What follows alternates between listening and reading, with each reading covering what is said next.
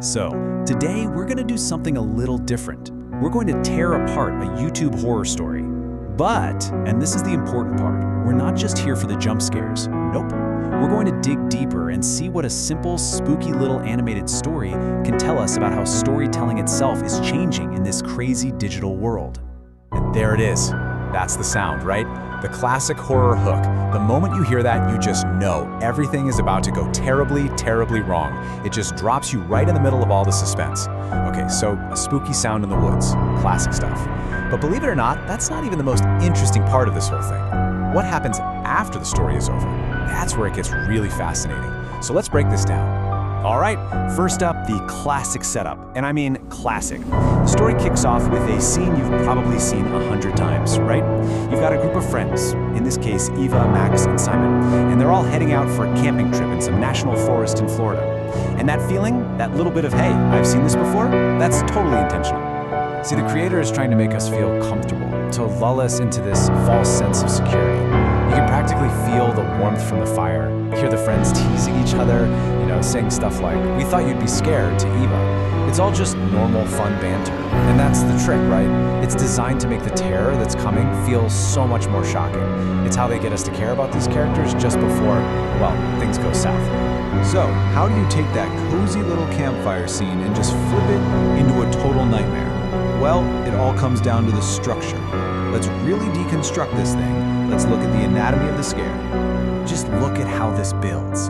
First, you have that perfect, happy setup, which is immediately shattered by the catalyst, right? That weird growling sound. Then, boom, the stakes get way higher. Max and Simon go to check it out, and they don't return. The tension just keeps ratcheting up and up until you hit the climax.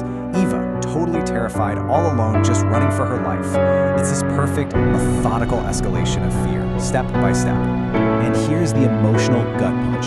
The real horror isn't just some monster hiding behind a tree. No, it's Eva's internal struggle, that pure terror mixed with this overwhelming guilt, the thought that it's all her fault. That psychological burden can be way, way scarier than any creature, don't you think?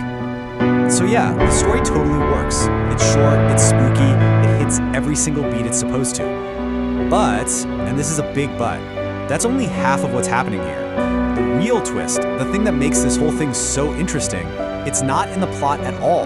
It comes after the story is over, when the person telling the story steps out from behind the curtain.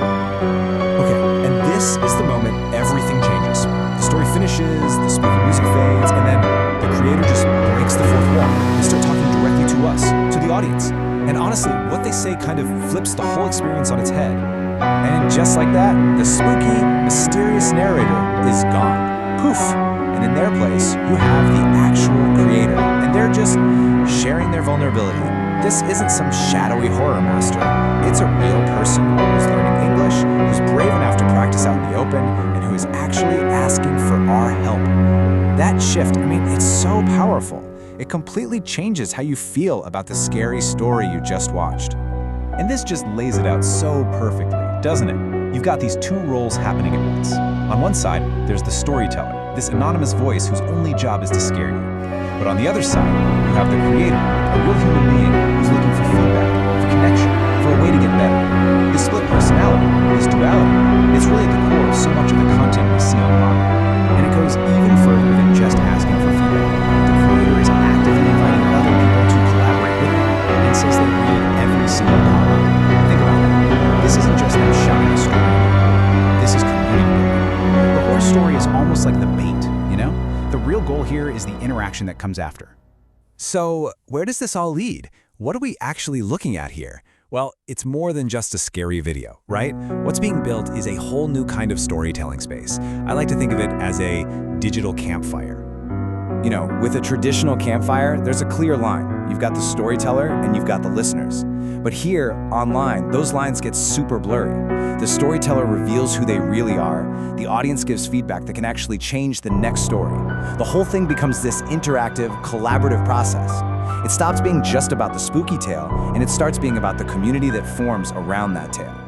So this really shows us what's in the modern storyteller's toolkit. The story itself, that's just item number one. Then you've got what we can call the meta note. That moment they talk directly to you. The comments section, that's not just for comments anymore, it's a conversation. And that invite to collaborate, That's the part that turns someone just watching into a genuine participant. Which kind of leaves us with this one big final question to chew on.